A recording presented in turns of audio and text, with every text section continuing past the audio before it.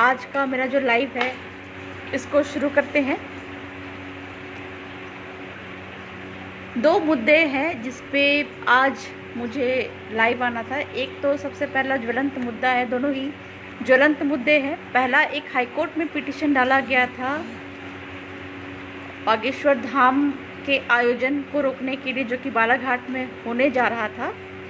उस मुद्दे पे एक हाईकोर्ट में पिटीशन डाला गया था। हाईकोर्ट में जो हमारे जस्टिस महोदय ने उसको खारिज कर दिया। दो पिटीशन डाले गए थे, दोनों पे बहस हुई, दोनों को खारिज कर दिया। ठीक है, फर्स्ट वाले पे तो कुछ बहस भी हुई थी, सेकंड वाले पे तो बिल्कुल ही सुने नहीं, उसको खारिज कर दिया गया। लोग बहुत सी बातें बोल रहे हैं, ठीक है, वो बाद में आऊँगी। सेकंड मुद्दा जो है वो सुप्रीम कोर्ट का है, जिसमें 5वीं अनुसूची को लेकर पिटीशन डाला गया था सुप्रीम कोर्ट में, जो कि उड़ीसा से गया था। और उस पिटीशन में बहुत सारे मुद्दे डाले गए थे, लेकिन दोनों ही जो मुद्दे हैं, ठीक है, आपका जो हाई कोर्ट में डाला गया था, जो सुप्रीम कोर्ट में डाला गया था, दोनों ही आदिवासियों के हितार्थ पिटीशन डाले गए थे। लेकिन एक बात मैं साफ साफ क्लियर कह देना चाहती हूँ, हमारे जो भी आदिवासी भाई बंधु हैं या आदिवासी हितैषी जो भी गैर आदिवासी हैं, जो कि सुप्रीम कोर्ट या हाई कोर्ट में जाते हैं आदिवासी मुद्दों को लेकर, हाई कोर्ट में पिटीशन डालते हैं, सुप्रीम कोर्ट में पिटीशन डालते हैं, तो मेरा उनसे यही अनुरोध है कि कृपया होमवर्क करके जाइए। क्योंकि आप होमवर्क करके नहीं जाते हैं, अच्छे से तथ्य को पेश नहीं करते, सबूत को नहीं रखते हैं, तो वहाँ पे कोर्ट क्या करती है कि वो पिटीशन को खारिज कर देती है। ठीक है, आप होमवर्क करके नहीं जाते, आप बहस नहीं कर पाते हो, पिटीशन में क्या डालना है वो आपको पता नहीं है, आप ऐसे ही कुछ भी उठा के चले जाते हो। तो ये सारे मैटर पे पूरे देश भर के जितने भी आदिवासी समुदाय है, इनको खामियाजा भुगतना पड़ता है। तो मेरा आप सबसे यही अनुरोध है कि थोड़ा राय मशवरा लीजिए किसी भी मुद्दे को लेकर। चूँकि मैं भी ऐसा अपने मुँह मियाँ मिट्ठू तो नहीं बन रही हूँ, लेकिन जो मेरा पर्सनल एक्सपीरियंस है, मैं भी जब सुप्रीम कोर्ट गई थी, सुप्रीम कोर्ट में एक पिटीशन भी चल रहा है, जो मुद्दा जिसपे जो आपके उड़ीसा में सुप्रीम कोर्ट में जो गए हुए हैं लोग, मैं आपको दिखा देना चाह रही हूँ वो पिटीशन पे। सेम उसी पिटीशन पे मैं भी सुप्रीम कोर्ट में गई हुई हूँ, अपने जो आदिवासी समुदाय के लोग हैं उनके माध्यम से सुप्रीम कोर्ट में गए हुए हैं। ये जो मैटर है जिसमें सुप्रीम कोर्ट का पिटीशन डाला हुआ था, उड़ीसा के कुछ आदिवासी हितैषी संगठनों ने डाला था ये पिटीशन, जिसमें सुप्रीम कोर्ट ने क्या ऑर्डर दिया। पिटीशन तो सबसे पहले रिजेक्ट कर दिया, एक्सेप्ट भी नहीं किया, और ऑर्डर क्या दिया कि गैर आदिवासियों को वोटिंग करने से नहीं रोक सकते। ठीक है, हमारा दूसरा मुद्दा जो है बहुत ही महत्वपूर्ण मुद्दा है, हाईकोर्ट में जो पिटीशन अभी रिजेक्ट हुआ है उस पर हम बाद में आएंगे। पहले ये मैटर पे चूँकि समय अभाव था, मैं लाइव नहीं आ पा रही थी, तो ये मैटर से जो है कि गैर आदिवासियों को वोटिंग से नहीं रोक सकते, आप तथ्य सबूत को अच्छे से रख नहीं पाते पिटीशन में। आपका पिटीशन इतना अच्छा होना चाहिए कि जज देखकर ही उसको एक्सेप्ट कर ले। सबसे पहली बात तो ये आप लोगों को मशवरा देना चाहूँगी कि चूँकि जब आप हाई कोर्ट या सुप्रीम कोर्ट के सामने खड़े होते हैं तो बहस उतनी नहीं हो पाती। आप क्या ड्राफ्ट कर रहे हो, उस ड्राफ्ट को ही पढ़ के ही जज को ये समझ में आ जाना चाहिए कि ये मैटर हमारे लेने लायक है। ठीक है, मेरा पर्सनल एक्सपीरियंस भी था दोनों मुद्दों को लेकर। एक मेरा पर्सनल एक्सपीरियंस ये भी है कि जो सुप्रीम कोर्ट या हाई कोर्ट कभी भी ये देखती है कि आप जो हैं किस तरह से, आप सामाजिक है या पॉलिटिकल आपका कुछ इंटेंशन है, ये सबसे पहले ध्यान में रखते हुए पिटीशन को एक्सेप्ट करती है। अगर आपका पॉलिटिकल इश्यू है कि आप उस पिटीशन के माध्यम से नेम फेम लेना चाह रहे हैं, उस पर हाईलाइट होना चाह रहे हैं, तो वो पिटीशन को फेंक देंगे।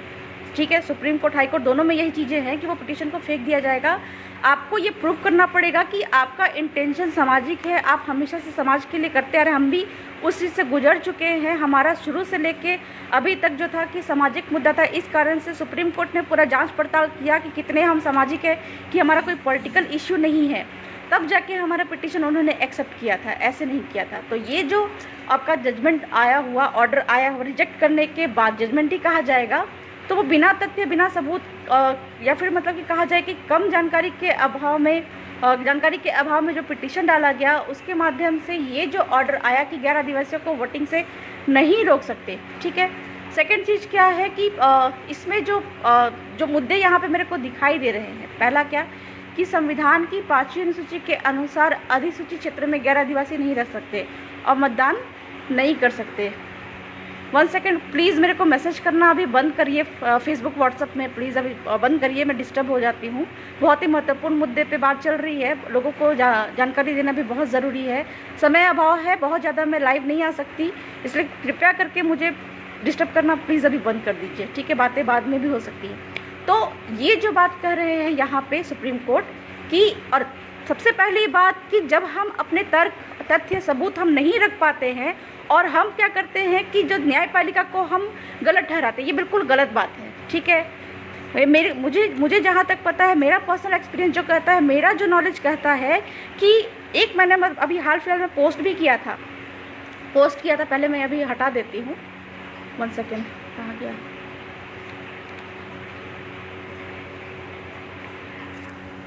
हट जाओ।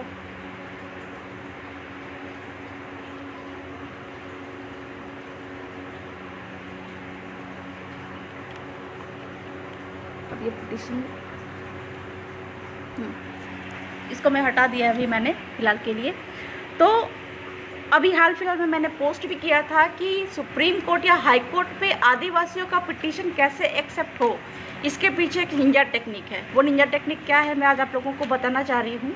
एक बहुत ही महत्वपूर्ण जो जानकारी है हमारे सारे ट्राइबल वकीलों को या फिर जो भी आदिवासी मुद्दों को लेकर जाते हैं हाई कोर्ट, सुप्रीम कोर्ट में, उनको पता होना चाहिए कि आप किस प्रकार से क्या पिटीशन डालेंगे, क्या आप पिटीशन का जो प्ली होता है, क्या आप मतलब कि ड्राफ्टिंग करते हैं, उस बेसिस पे ही सुप्रीम कोर्ट, हाई कोर्ट उसको एक्सेप्ट करने के पीछे मतलब आपका मजबूर हो जाता है। सबसे पहली बात है कि उस ड्राफ्टिंग में, उस पिटीशन में आपको सब्सटेंशियल क्वेश्चन डालना ही होगा। सब्सटेंशियल क्वेश्चन क्या है, हमारे बहुत सारे लोगों को पता नहीं है। ये सब्सटेंशियल क्वेश्चन की बात जो कर रही हूँ, इसका मतलब होता है, हिंदी में कहा जाए तो साधारण प्रश्न, कुछ ऐसे प्रश्न जिनका संविधान के बाहर की चीज़ें हैं। संविधान के बाहर की चीज़ें जग जाहिर है कि आदिवासी समुदाय की जब बात करते हैं तो 5वीं अनुसूची की बात करते हैं, जो कि संविधान में डाला हुआ है। ये संविधान आज हमारे लिए जो संविधान में 5वीं 6वीं अनुसूची है वो आज का नहीं है, ये गवर्नमेंट ऑफ इंडिया एक्ट, या फिर कहा जाए कि जब सबसे पहला हमारे बाप दादाओं की लड़ाई से शेड्यूल डिस्ट्रिक्ट एक्ट जब लागू हुआ था 1874 से, तब से वो चली आ रही है। तो कभी भी ये सब्सटेंशियल क्वेश्चन, जो कि आपका संविधान में इस चीज़ की जानकारी नहीं मिलेगी, आप सब्सटेंशियल क्वेश्चन डालिए कि इन चीज़ों पे मतलब कि वहाँ तक जाने की हमको ज़रूरत है। कुछ ना कुछ ऐसे आपको पिटीशन में चीज़ें डालने की ज़रूरत है जिसका जवाब संविधान में नहीं है, संविधान के बाहर भी, यानी कि शेड्यूल डिस्ट्रिक्ट एक्ट या फिर गवर्नमेंट ऑफ इंडिया एक्ट का कोई सेक्शन हो गया या फिर कुछ इस तरह की चीज़ें हैं, वहाँ पे आप जाइए। चूँकि 5वीं अनुसूची केवल संविधान की बात नहीं है, ये इसके पीछे बहुत हिस्ट्री में जाने की ज़रूरत है। तो कभी भी सब्सटेंशियल क्वेश्चन, चूँकि आपका इंडियन एविडेंस एक्ट है, ठीक है, भारतीय साक्ष्य अधिनियम, वो यही बात कहता है कि किसी भी जो कोर्ट को वो पिटीशन एक्सेप्ट करना ही होगा जहाँ पे आपका विधि का साधारण प्रश्न उत्पन्न खड़ा होता है। दूसरी बात है कि फोर्स ऑफ लॉ वहाँ पे होने चाहिए। जहाँ पे फोर्स ऑफ लॉ है तो आपको सुप्रीम कोर्ट के जज या हाई कोर्ट के जज उस पिटीशन को एक्सेप्ट करते ही कहते हैं। तो हल्के में हम पिटीशन को ड्राफ्ट कर लेते हैं और फिर उसको वहाँ पे जज के सामने हम डाल देते हैं। बहुत आपको क्लियर पता होना चाहिए कि जज के सामने बहुत लोगों की बोलती बंद हो जाती है।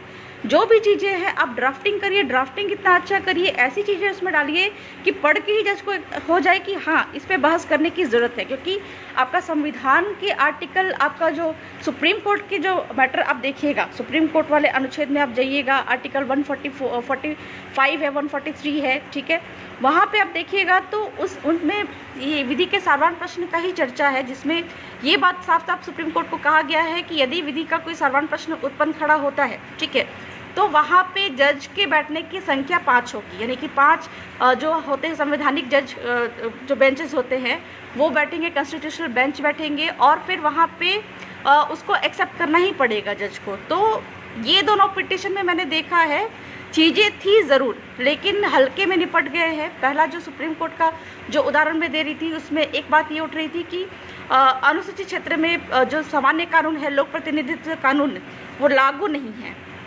और यहाँ पे हमने क्या कहा, जो पिटीशन जिन्होंने डाला है उन्होंने क्या कहा कि यहाँ पे राज्यपाल को नोटिफिकेशन निकालना चाहिए था और नोटिफिकेशन के अनुसार करना चाहिए था कि जो लोक प्रतिनिधित्व अधिनियम है वो यहाँ पे आदिवासी क्षेत्र में लागू नहीं होगा। चूँकि राज्यपाल ने ये नोटिफिकेशन नहीं निकाला तो ये अधिनियम जो लोक प्रतिनिधित्व अधिनियम है ये लागू नहीं है, तो गलत बात है।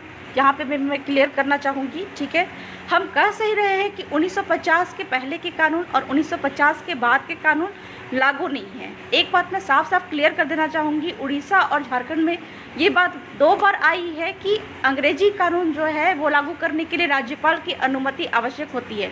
ये बार दूसरी बार मैं ये देख रही हूँ कि इस तरह का पिटीशन डाला हुआ है, लेकिन यहाँ पे क्लैरिफिकेशन में ये देना चाहूँगी कि 1950 के बाद में राज्यपाल जो संविधान में जो लिखित है 5वीं अनुसूची के पैराग्राफ 5 में आप देखिएगा, वहाँ पे क्या लिखा हुआ है कि राज्यपाल जो हैं वो चाहे तो किसी अधिनियम को लागू कर सकते हैं या किसी अधिनियम को संशोधन के तहत लागू कर सकते हैं। इसका मतलब ये होता है कि राज्यपाल के पास पावर है, लेकिन वो मे भी है, वो चाहे तो कर सकते हैं, नहीं चाहे तो नहीं कर सकते हैं। और अगर वो मतलब किस तरह का कोई संशोधन नहीं करते हैं या ऐसा नोटिफिकेशन नहीं निकालते, फॉर एग्जांपल किसी क्षेत्र में गौ रक्षा अधिनियम लागू, ठीक है, किसी राज्य में, झारखंड की ही बात ले ले, गौ रक्षा अधिनियम लागू है, लेकिन किसी ट्राइबल समुदाय में क्या है कि वो कस्टम सिस्टम में है, तो राज्यपाल को ये चीज़ पावर है उनके पास में कि वो एक नोटिफिकेशन, पब्लिक नोटिफिकेशन निकाले, अधिसूचना निकाले कि ये जो कानून है वो इन आदिवासी क्षेत्रों में लागू नहीं होगा। तो ये मतलब कि जो पावर उनके पास में है, या फिर ऐसा कह सकते हैं कि जो 32 ट्राइब है, 32 ट्राइब में से इन में लागू नहीं होगा, इन में लागू होगा।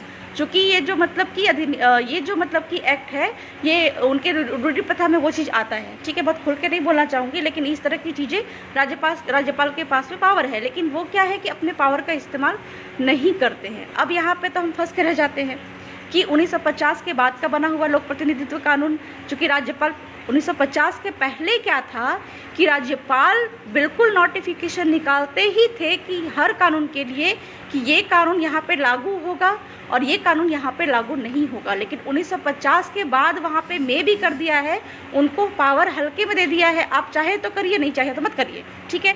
और अगर आप नहीं करते हैं तो वो कानून सीधा यहाँ पे लागू हो जाएगा 5 क्षेत्र में। मतलब कि इतने दिन से हम बोलते आ रहे थे कि आदिवासी क्षेत्र में सामान्य कानून लागू नहीं होते, तो क्या वो गलत है? नहीं, बिल्कुल हम सही है।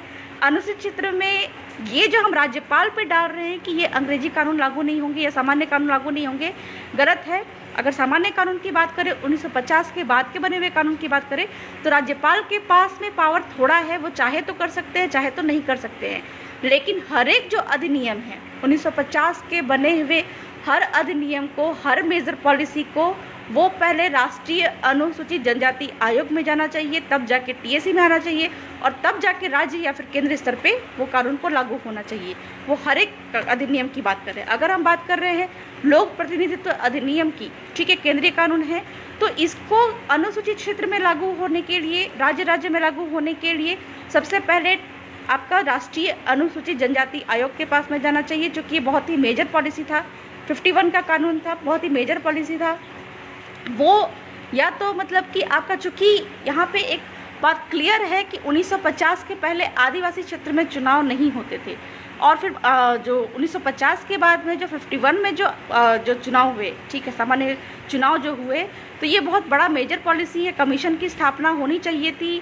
आपके संविधान के आर्टिकल 338 में लिखा हुआ है, 338 में फिर आगे ये भी लिखा हुआ है कि जितने भी पॉलिसी हैं, ठीक है, केंद्र स्तर के, मैं आपको साफ साफ बता देना चाहती हूँ कि समता जजमेंट 1997 के आने के बाद हमारे राष्ट्रपति महोदया प्रतिभा पाटिल ने वर्ष 2012-13 में पूरे राज्यपालों की एक मीटिंग बिठाई थी, और उसमें मतलब कि राष्ट्रीय अनुसूचित जनजाति आयोग का पूरा मतलब कि उनका जो वार्षिक रिपोर्ट है, उसमें जनजाति आयोग ने ये साफ साफ कहा है कि सारे अधिनियम और सारे जितने भी मेजर पॉलिसी हैं, राज्य की नीति है, उनको हमारे पास में आना चाहिए था, हमसे डिस्कस करना चाहिए, तब जाके लोकसभा, विधानसभा, राज्यसभा वगैरह में लागू होकर तब जाके राज्य में या फिर केंद्रीय कानून या फिर राज्य का कानून लागू होना चाहिए, ठीक है। क्योंकि ट्राइबल के हम हितैषी है, ट्राइबल के लिए हमको अपॉइंट किया गया है संविधान के तहत में, तो ये बात जो है पिटीशन में डाला गया है कि राज्यपाल पे डाल दिया गया है, वहाँ पे हमको डालना चाहिए था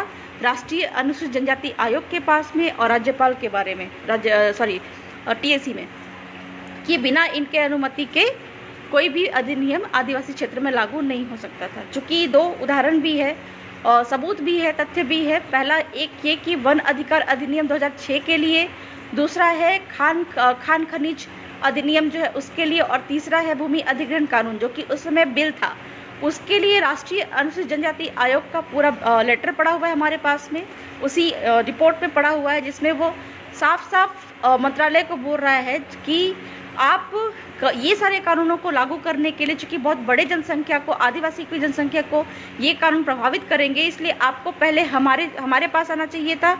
हम उस पर सैंक्शन करते कि ये कानून इन क्षेत्रों में लागू होगा, तब जाके आप इनको लागू करते। इस तरह का चूँकि आपने हमारे पास नहीं आए, इसलिए इन सारे कानूनों की कौन कौन सी, वन अधिकार अधिनियम, खान खनन अधिनियम अभी बना नहीं है चूँकि केंद्रीय स्तर पे, और तीसरा है आपका भूमि अधिग्रहण कानून। तो ये कानून को चूँकि हमारे पास में राष्ट्रीय अनुसूचित जनजाति आयोग के पास में आप नहीं लेके आए, इसलिए इनकी वैधता पे प्रश्न खड़ा होता है। ठीक इसी प्रकार सारे कानूनों के जो भी सामान्य कानून है, इनकी वैधता पे प्रश्न खड़ा होता है। अब 1950 के पहले के कानून के बारे में मैंने भी क्लियर बताया था। ये पिटीशन डालने के पहले थोड़ा होमवर्क करना चाहिए था। होमवर्क इस प्रकार से कि आपका 1950 के पहले कोई भी केंद्रीय कानून या राज्य का कानून आदिवासी क्षेत्र में लागू नहीं होता था, जब तक कि पब्लिक नोटिफिकेशन राज्यपाल अधिसूचना निकाल नहीं देते थे 1950 के पहले। और जहाँ जहाँ पे भी मतलब कि ये सारे जो कानून के बारे में लागू होते थे, वहाँ पे पब्लिक नोटिफिकेशन निकला हुआ था। फॉर एग्जांपल कहीं कहीं पे जहाँ जहाँ पे आईपीसी लागू हुआ, तो आईपीसी का बुक आप पढ़िएगा, उसमें नीचे में लिखा हुआ होगा कि शेड्यूल डिस्ट्रिक्ट एक्ट के संथा परगना क्षेत्र में ये आईपीसी इतना डेट को लागू हुआ, फलाना क्षेत्र को आपका रांची लोहरदगा क्षेत्र में फलाना तारीख को लागू हुआ। ठीक है, सीपीसी के लिए वैसे ही होगा, आपका भूमि अधिग्रहण कानून के लिए भी वैसे ही होगा, वो डेट के साथ में शेड्यूल डिस्ट्रिक्ट एक्ट के फलाना तारीख को, आपका क्षेत्र के फलाना तारीख को ये जो कानून उन क्षेत्रों में लागू हुआ। वो नोटिफिकेशन निकालते थे राज्यपाल 1950 के पहले।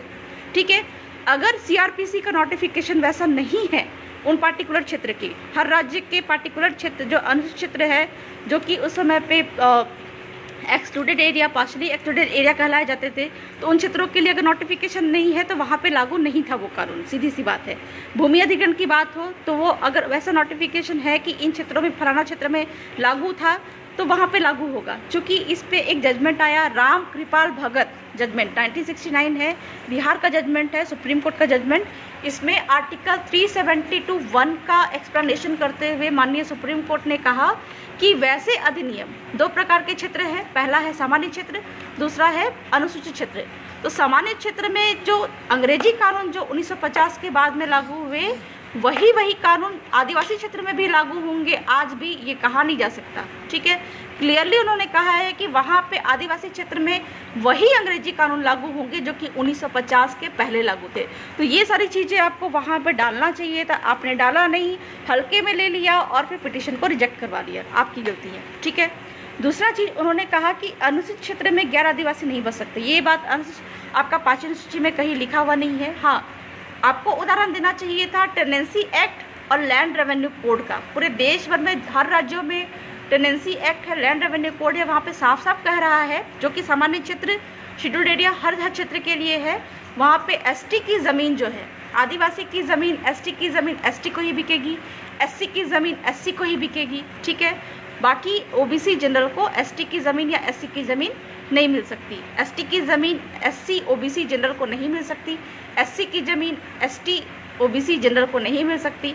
तो अब यहाँ पे एक डेटा निकालने की ज़रूरत थी, आप लोगों को होमवर्क करने की ज़रूरत थी कि किसी पार्टिकुलर क्षेत्र के बारे में आप कह रहे हैं कि यहाँ पे गैर आदिवासी नहीं बस सकते, तो उन क्षेत्रों में जितने भी एसटी ज़मीन थे वो उसका डेटा आपको निकालना चाहिए था। और फिर जो जनसंख्या, बाहरी जनसंख्या वहाँ पे बसी, ठीक है, एसटी की ज़मीन खरीद के, तो आपको कोर्ट को ये प्रेयर करना चाहिए था कि इस क्षेत्र में जितने भी आदिवासी ज़मीन थी वहाँ पे गैर आदिवासी बस चुके हैं, इनको हटाया जाए, चूँकि वो जनसंख्या बढ़ा चुके हैं और इस प्रकार से वोटिंग हमारा प्रभावित होता है। ठीक है, दूसरी बात ये है कि 5वीं क्षेत्र का बात करें, अच्छा, समता जजमेंट 1997 में 5वीं सूची के लिए क्या बोल रहे हैं, आपका सुप्रीम कोर्ट क्या बोल रहा है कि आदिवासी क्षेत्र में, यानी कि 5वीं क्षेत्र में अगर सरकार की भी ज़मीन है, ठीक है, एक तो आदिवासी की ज़मीन आदिवासी ही ले सकता है 5वीं क्षेत्र में, गैर आदिवासी की भी ज़मीन है, वो अगर बिकेगी तो आदिवासी को ही बिकेगी। पीर अमीरेडी जजमेंट में ये चीज़ है। ठीक है, और समता जजमेंट में क्या कह रहा है कि सरकार की अगर ज़मीन भी है किसी आदिवासी क्षेत्र में 5th शेड्यूल एरिया में अगर सरकार की भी ज़मीन है, वो अगर दान करे, विक्रय करे, सेल करे या फिर किसी कंपनी को दे, तो वो सिर्फ और सिर्फ आदिवासी को ही दे सकते हैं। चाहे वो सरकारी ज़मीन भी केंद्र सरकार या राज्य सरकार की क्यों ना हो, सरकारी ज़मीन जो है वो केवल और केवल आदिवासी को ही देंगे, ये जजमेंट में आया है। तो आपको ये चीज़ों का उदाहरण देना चाहिए था, जो कि मैंने इस सारे पिटीशन में आपका जो ढेबर कमेटी का उदाहरण भी मैं दे चुकी हूँ, लोक प्रतिनिधित्व अधिनियम का भी उदाहरण दे चुकी है, ये सारे चीज़ों का कि ट्राइबल सीट प्रभावित हो रहे हैं हमारे, जो इस तरह की चीज़ें हैं। मेरा तो पिटीशन एक्सेप्ट किया, मेरा तो रिजेक्ट नहीं किया। तो मुद्दा ये उठता है कि आप कितना पॉइंट्स, आप कितने चीज़ें उस पिटीशन में तर्क के साथ रख सकते हो। ये जो 2 चीज़ें मैं देख रही हूँ पिटीशन में जो आप बता रहे हो, मैं आपको फिर दिखा दे रही हूँ, ये 2 चीज़ें आप जो दिखा रहे हो ये कहीं से भी मतलब कि लीगल मेरे को दिखाई नहीं दे रहा है। एक तो वही कि प्राचीन क्षेत्र में गैर आदिवासी नहीं रह सकते, मतदान नहीं कर सकते। नो डाउट गैर आदिवासियों की जनसंख्या बढ़ती जा रही है, चूँकि एक तो आदिवासी की ज़मीन पाचन सूची में ये प्रावधान है, आदिवासी की ज़मीन आदिवासी ही खरीद सकता है। इनफैक्ट गैर आदिवासी भी ज़मीन बेचेगा तो वो भी आदिवासी को ही बिकेगा, ठीक है। सरकार की ज़मीन भी अगर है तो वो भी आदिवासी को ही बिकेगी। तो ये सारी चीज़ों पे आपको वहाँ पे ये करने की ज़रूरत थी कि एक जांच बिठाने की ज़रूरत थी। कोर्ट से आप मांग कर सकते थे कि जांच बिठाइए, चूँकि जनसंख्या बढ़ गई है, हमारा शेड्यूल्ड एरिया घट रहा है, चूँकि ढेबर कमेटी में ये आपका प्रावधान दिया गया कि 50% ट्राइबल पॉपुलेशन रहा तो ही शेड्यूल एरिया रहेगा, या फिर आपका ट्राइबल सीट रहेगा, ट्राइबल सीट घटते जा रहे हैं। तो इस आधार पे आपको पिटीशन डालने की ज़रूरत थी, वो चीज़ आपने किया नहीं। और सामान्य कानून या फिर अंग्रेजी कानून की बात कर रहे हैं, आपको राम कृपाल भगत जजमेंट, आपका national commission for schedule tribe और टीएसी का उदाहरण देना चाहिए था कि जितने भी पुराने और नए कानून हैं इनको पहले जनजाति आयोग में और टीएसी में आना चाहिए था, तब जाके आदिवासी क्षेत्र में लागू होना चाहिए था। तो इस आधार पे गलत आधार पे आप जो पिटीशन डालते हैं उससे क्या है, पूरे देश भर के आदिवासियों को बहुत ही खतरनाक, बहुत ही बड़ा नुकसान हो जाता है, ठीक है। तो निराश होने की ज़रूरत नहीं है। ये जो सुप्रीम कोर्ट का पिटीशन है इसका भी काट है, ऑब्वियसली पिटीशन मेरा वहाँ पे लगा हुआ है, और भी पिटीशन डाल सकते हैं इनके काउंटर में, ठीक है। निराश होने की ज़रूरत नहीं है, ठीक है। सेकंड जो मतलब कि आपका पिटीशन डाला हुआ है हाईकोर्ट की, जो बहुत ही महत्वपूर्ण मुद्दा है, हाईकोर्ट की बात कर रहे हैं, जहाँ पे बागेश्वर धाम, ठीक है, का आयोजन हो रहा था, उसको रोकने के लिए पिटीशन डाला हुआ है। सबसे पहले मैंने क्लियर बताया कि हाईकोर्ट या सुप्रीम कोर्ट साफ साफ देखते हैं। पहला जो पिटीशन डाला हुआ था उसको रिजेक्ट किया, उसके पहले मतलब कि रीज़न यही दिया गया। उसमें क्या डाला हुआ था कि 5वीं अनुसूचित क्षेत्र, यानी कि यहाँ पे मध्य प्रदेश में जो है, मध्य प्रदेश के बालाघाट में मैं आपको दिखा रही हूँ कि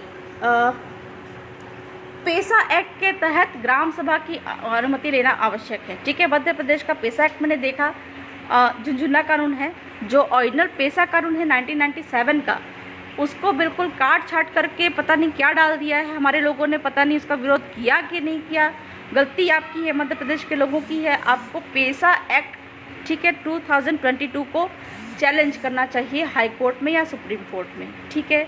किस आधार पे? इस आधार पे कि ये बात आप जो कह रहे हैं कि किसी भी आयोजन के लिए ग्राम सभा की अनुमति आवश्यक होती है, बिल्कुल है। ओरिजिनल जो पेसा कानून है उसमें ये बात बिल्कुल है कि किसी भी आयोजन के लिए, चूँकि हमारे रीति रिवाज परंपरा का भी मतलब आपका 1 सेकेंड, हाँ,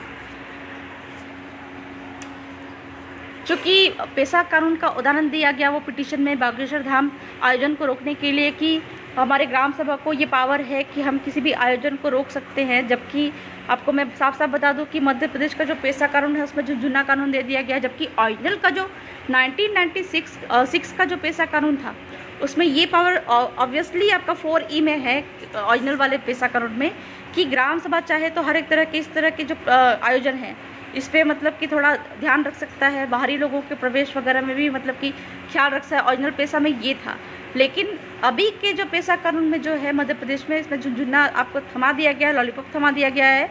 तो इस आधार पे इस पेसा कानून को चैलेंज करने की ज़रूरत है। इसी पिटीशन में अगर ये जो पिटीशन को दोबारा फाइल किया जाता है तो पेसा कानून को जो आप चैलेंज कर सकते हैं, आपका पिटीशन बिल्कुल एक्सेप्ट होगा, लेकिन तथ्य के साथ में कि जो 1996 का जो पेसा कानून है उसमें रूढ़िगत ग्राम सभा को वेटेज दिया गया है और इस पेशा कानून में क्या है कि रूढ़िगत ग्राम सभा के पावर को छीन लिया गया है और संविधान का अनुच्छेद 13(3) का अनुच्छेद 13 जो है उसमें साफ साफ है, या फिर मौलिक अधिकारों का हनन जो भी कानून करता है, चाहे वो केंद्र का हो चाहे राज्य का हो, अगर मौलिक अधिकार का हनन करता हो, हमारे जो रूढ़ी प्रथा का हनन करता हो, तो वो कानून शुरू से ही शून्य हो जाएगी। तो इस प्रकार से पेशा कानून को चैलेंज करने की जरूरत है, वो पिटीशन एक्सेप्ट होगा। उसी पिटीशन में फिर आप मतलब कि आपको क्या डालने की ज़रूरत थी? सबसे पहली बात कि जो पहला वाला पिटीशन था उसमें एक पेशा कानून का उदाहरण दिया गया था। दूसरा क्या था कि कोर्ट ने ये बात कही, जो सरकारी वकील है उन्होंने ये बात कहा कि ये जो पिटीशन डाला गया है इसके पीछे इंटेंशन इनका पॉलिटिकल है, ठीक है।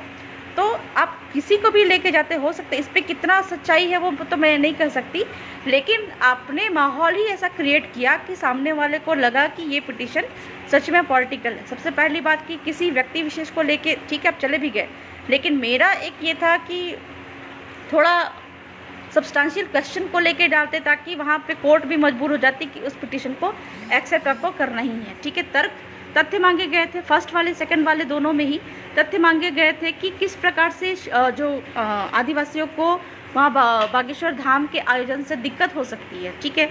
वहाँ पे वकील बात नहीं रख पाए कि किस प्रकार से हमको दिक्कत है। तो सबसे पहली बात कि इस आयोजन से, मैं किसी एक पार्टिकुलर इसकी बात नहीं कर रही हूँ, सबसे पहली बात कि कलेक्टर महोदय को, किसी भी राज्य सरकार को अनुच्छेद 19(5) के तहत ये पावर है कि किसी भी इस तरह के आयोजन को वहाँ के स्थानीय लोग और अनुसूचित जनजाति के हितार्थ रोक सकते हैं। इस पर एक जजमेंट भी आया था, धन बहादुर गुरोटी बनाम वो आपका जो गारो हिल्स का जजमेंट है, जिसमें जो डिप्टी कमिश्नर ने, ठीक है, डिप्टी कमिश्नर ने किसी व्यक्ति को रोक दिया था, चूँकि ये कहते हुए कि यहाँ पे आदिवासियों की अपनी अलग रूढ़ी परंपरा है, तो कोई बाहरी व्यक्ति आएगा या फिर कोई नेपाली व्यक्ति आएगा तो इनकी रीति रिवाज परंपरा को नुकसान पहुँच सकता है। तो इस प्रकार का डिप्टी कमिश्नर के पास पावर था, उन्होंने उसका इस्तेमाल किया।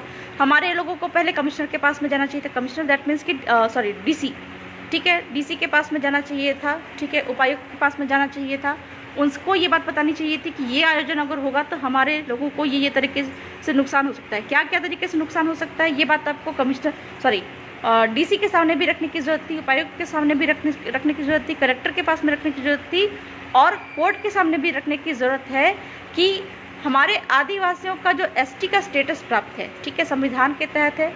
संविधान के पिटीशन में ये बात साफ साफ क्लियर होना चाहिए कि एसटी का स्टेटस, इस आयोजन से हमारे एसटी के स्टेटस को खतरा हो सकता है और हमारा जो क्षेत्र है, शेड्यूल्ड एरिया है, इसको खतरा हो सकता है। हमारे रीति रिवाज परंपरा के अनुसार के तहत ही हमको एसटी का स्टेटस है, ठीक है, केवल रीति रिवाज परंपरा की बात नहीं है।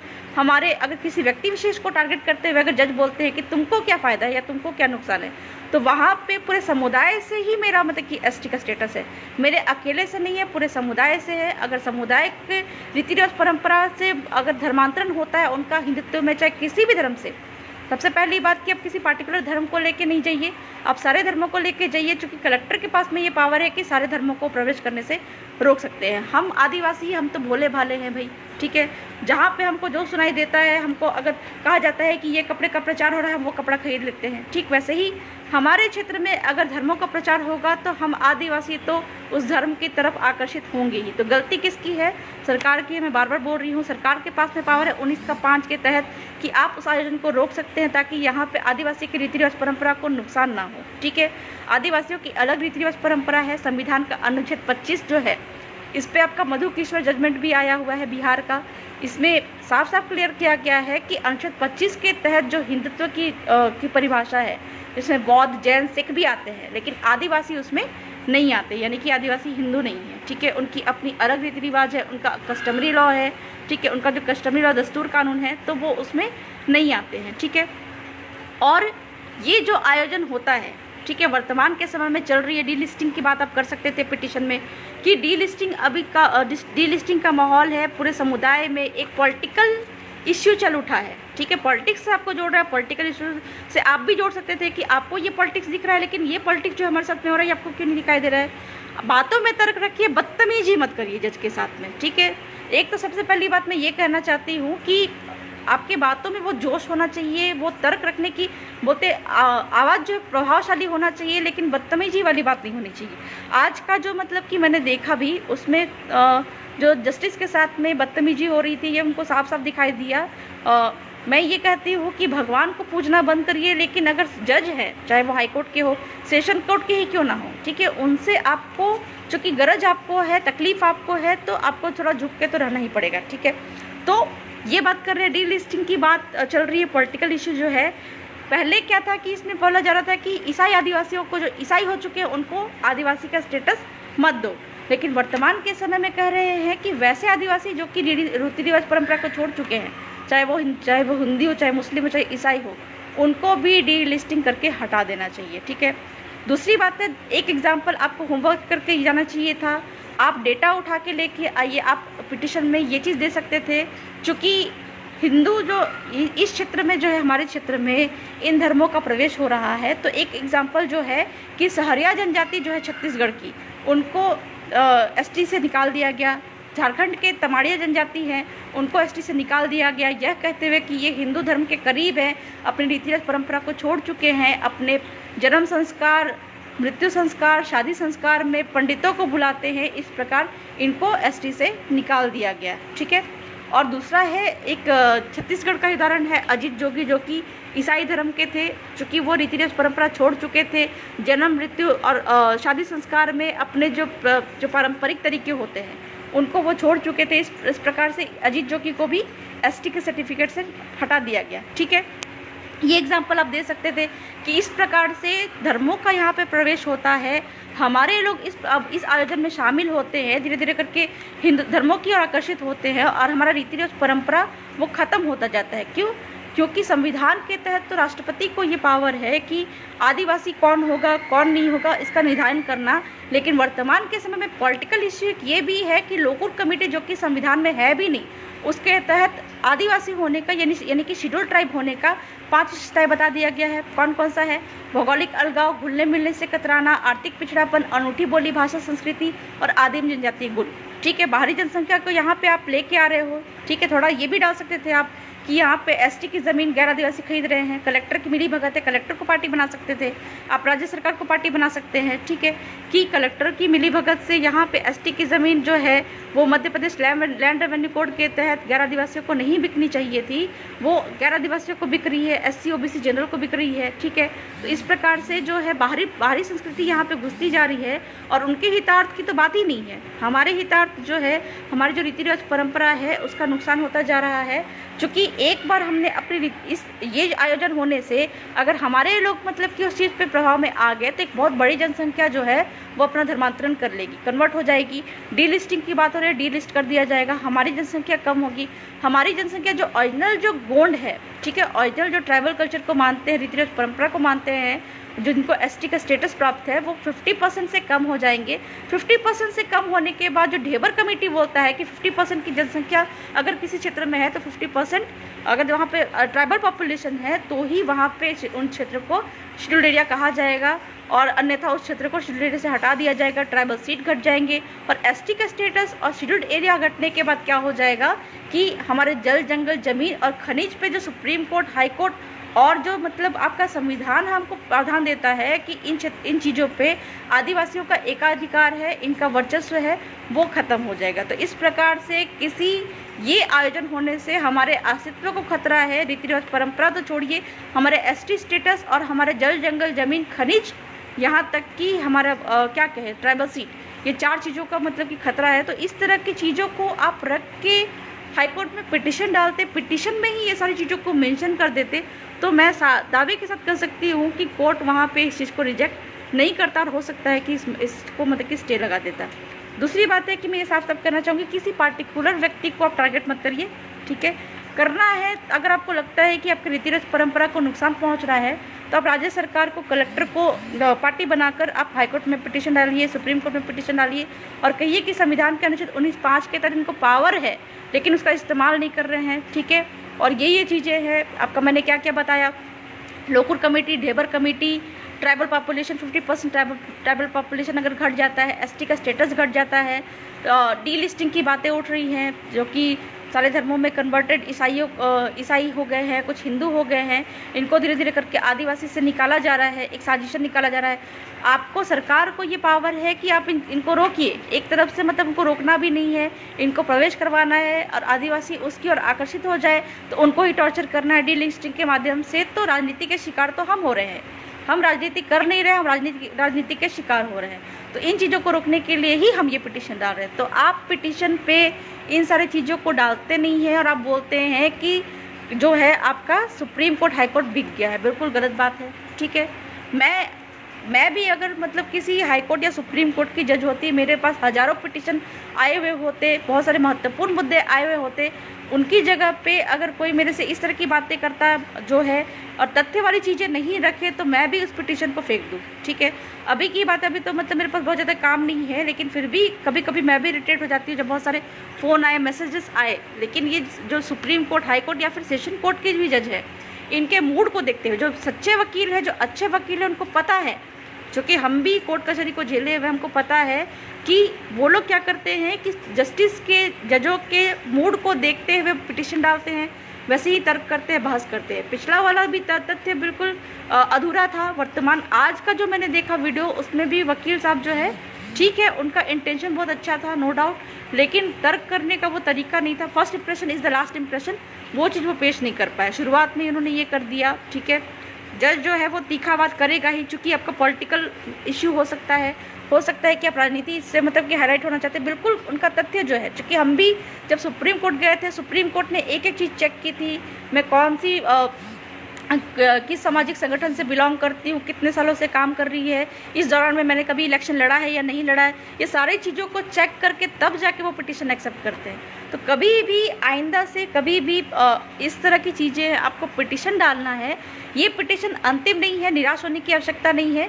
ये पिटीशन अंतिम नहीं है, बहुत सारे पिटीशन हैं, डाल सकते हैं हम इसके बाद भी, लेकिन कभी भी इस तरह के पिटीशन आप आगे डालें तो कोशिश करिए कि राय मशवरा बिल्कुल ले लीजिए, तब जाके आप पिटीशन डालिए। अन्यथा आपकी वजह से जो इस तरह के ऑर्डर आ जाते हैं बिना बहस के आधार पे, ठीक है, बिना जो तथ्य और सबूत आप नहीं डाल पाते, आपका इंटेंशन सही रहता है, नो डाउट, लेकिन तथ्य और सबूत के अभाव में आप जब पिटीशन डाल रहे होते हैं, उनसे क्या है कि बहुत बड़ी जनसंख्या जो है वो निराश हो जाती है। तो ये चीज़ें तो आइंदा से नहीं होनी चाहिए, ये मैं आशा और उम्मीद रखूँगी।